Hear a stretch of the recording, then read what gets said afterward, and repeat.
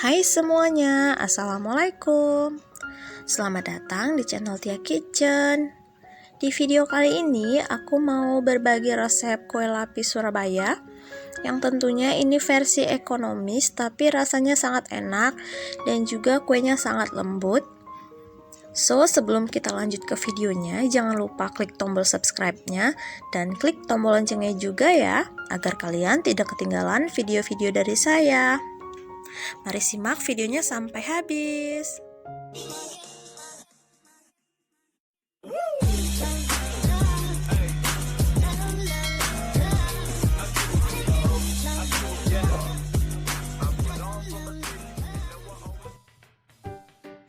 Nah, untuk langkah yang pertama ini kita lelehkan dulu 100 gram margarin. Nah, kita lelehkan dengan cara di steam seperti ini. Jika sudah leleh semua, ini bisa kita sisihkan terlebih dahulu. Selanjutnya, kita campurkan 1 sendok makan coklat bubuk dengan 3 sendok makan air. Nah, ini kita aduk rata ya teman-teman, sampai semuanya coklatnya itu tercampur rata dengan air. Nah, seperti ini.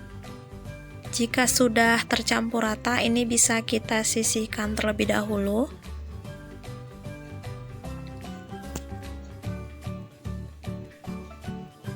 Selanjutnya, siapkan kembali mangkuk yang agak besar, pecahkan 4 butir telur.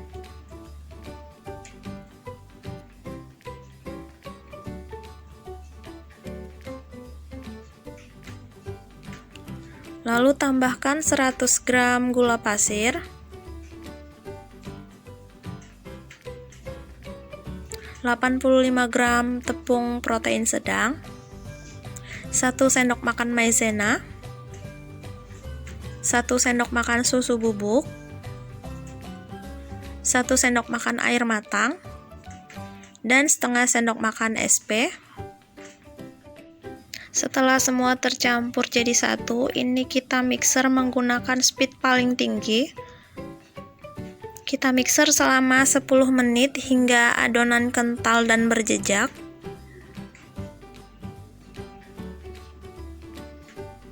Dan untuk lamanya nge-mixer tergantung dari mixer kalian masing-masing ya teman-teman, atau tergantung dari kecepatan mixer kalian masing-masing. Dan ini udah mulai kental berjejak.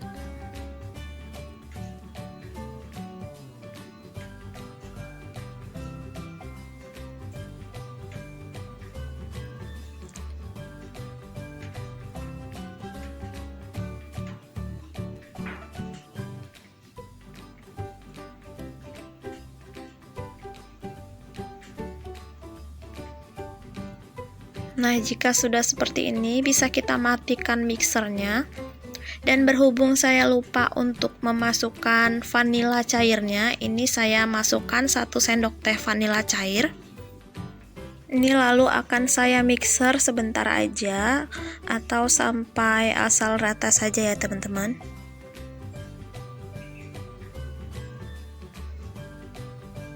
Nah, seperti ini udah bisa kita matikan mixernya dan adonan sudah kental berjejak.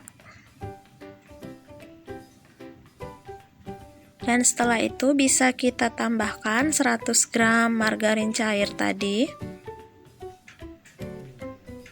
Nah, ini kita masukkan semua. Lalu ini kita lanjut mengaduk menggunakan spatula ya teman-teman. Nah, aduk perlahan menggunakan teknik aduk lipat sampai margarinnya itu semua tercampur rata. Pastikan semua margarin tercampur rata ya teman-teman, agar nanti kuenya itu tidak bantat.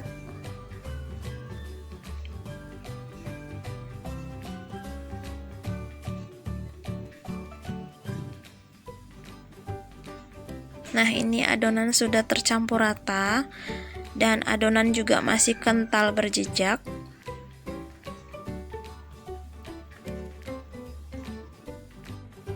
Setelah itu kita ambil mangkuk yang berisi pasta coklat tadi. Lalu kita masukkan 1/3 adonan. Kita campurkan ke pasta yang kita buat tadi ya teman-teman. Dan ini kita aduk perlahan sampai semuanya tuh tercampur rata.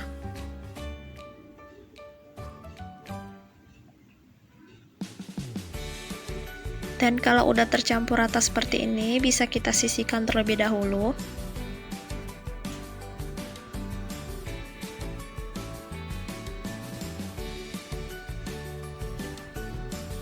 Nah, ini untuk sisa adonannya kita beri beberapa tetes pewarna kuning. Lalu ini bisa kita aduk rata. Untuk takarannya bisa disesuaikan dengan selera kalian masing-masing ya teman-teman. Nah, ini warnanya sudah pas, menurut saya sudah cantik dan tidak pucat ya teman-teman. Nah, setelah itu kita siapkan dulu loyang.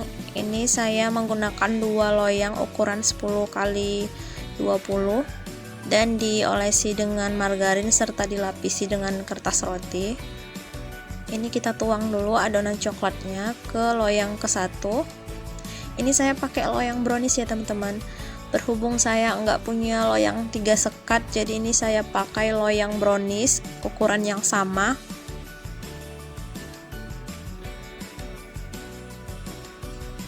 Setelah itu ini kita masukkan adonan yang kuning ke loyang yang kedua.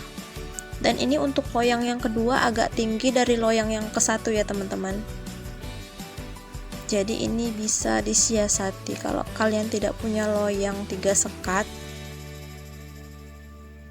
Ini adonan kuningnya kita masukkan semua ke sini dan nanti akan kita belah 2.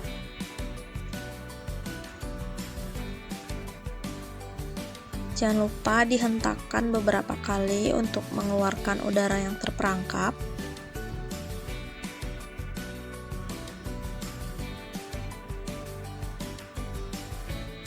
Nah, setelah itu ini kita masukkan ke dalam oven dan kita oven selama 35 menit atau sampai matang dengan suhu 180 derajat Celcius, api atas bawah, atau bisa kalian sesuaikan dengan oven kalian masing-masing ya teman-teman.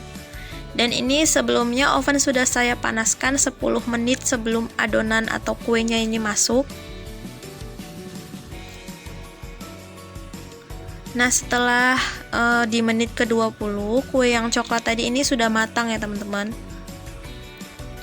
Lakukan tes tusuk untuk cek kematangannya. Nah, setelah matang dan diangkat, ini bisa kita balikkan ke rak pendingin. Dan untuk kue yang kuning ini kita oven kembali sampai matang.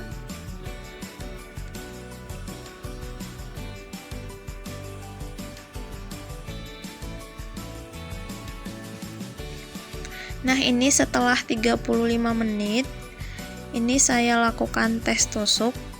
Jika tidak ada kue yang menempel, artinya kue sudah matang ya teman-teman, dan bisa kita angkat serta kita balikkan atau kita dinginkan di rak pendingin.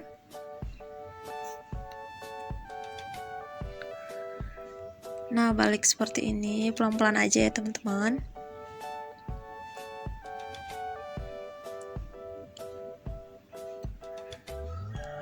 Nah, lalu kertasnya ini kita tarik. Dan ini kita biarkan dulu sampai benar-benar dingin. Nah, ini dia kue yang coklatnya. Nah, setelah kue benar-benar dingin, ini kue yang kuning tadi ini bisa kita belah 2 ya teman-teman. Ini cara saya untuk mensiasati karena saya tidak menggunakan atau tidak punya loyang 3 sekat. Jadi saya bikin dengan cara seperti ini ya teman-teman. Nah, ini kita biarkan dulu sampai benar-benar dingin. Setelah kue dingin, ini bisa langsung kita oles dengan selai. Saya menggunakan selai stroberi atau bisa dengan sesuai selera kalian ya teman-teman. Nah, oles dan ratakan seperti ini. Nggak perlu terlalu banyak selai ya teman-teman. karena takutnya dia akan meluber ke samping-samping. Nah, setelah diratakan seperti ini, bisa kita timpah dengan kue yang coklat ya teman-teman.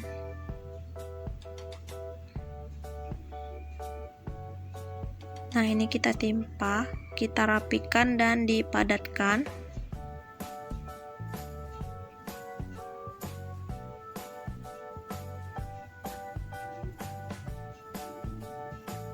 Nah, jika sudah seperti ini, kita oles lagi dengan selai, lalu kita ratakan kembali.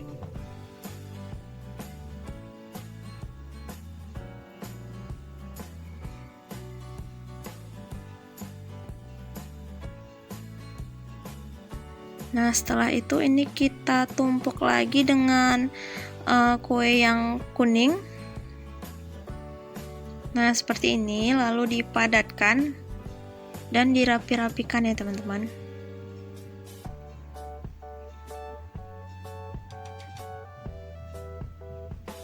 Nah, ini dia sudah jadi. Lalu kita diamkan selama 15 menit di dalam kulkas agar kuenya ini set.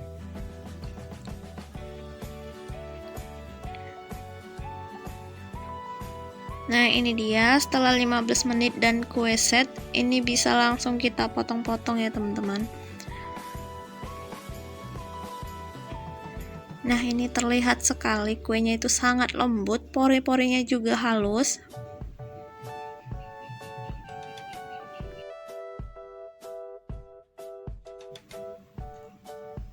Dan ini hasilnya, terlihat sangat lembut, juga pori-porinya sangat halus sekali ya teman-teman. Walaupun ini dibuat dengan versi ekonomis, cuman menggunakan 4 butir telur dan tanpa loyang sekat, kalian bisa menikmati kue lapis Surabaya yang sangat enak dan sangat lembut, dan ini anti seret ya teman-teman. Cobain di rumah, pasti kalian bakal ketagihan.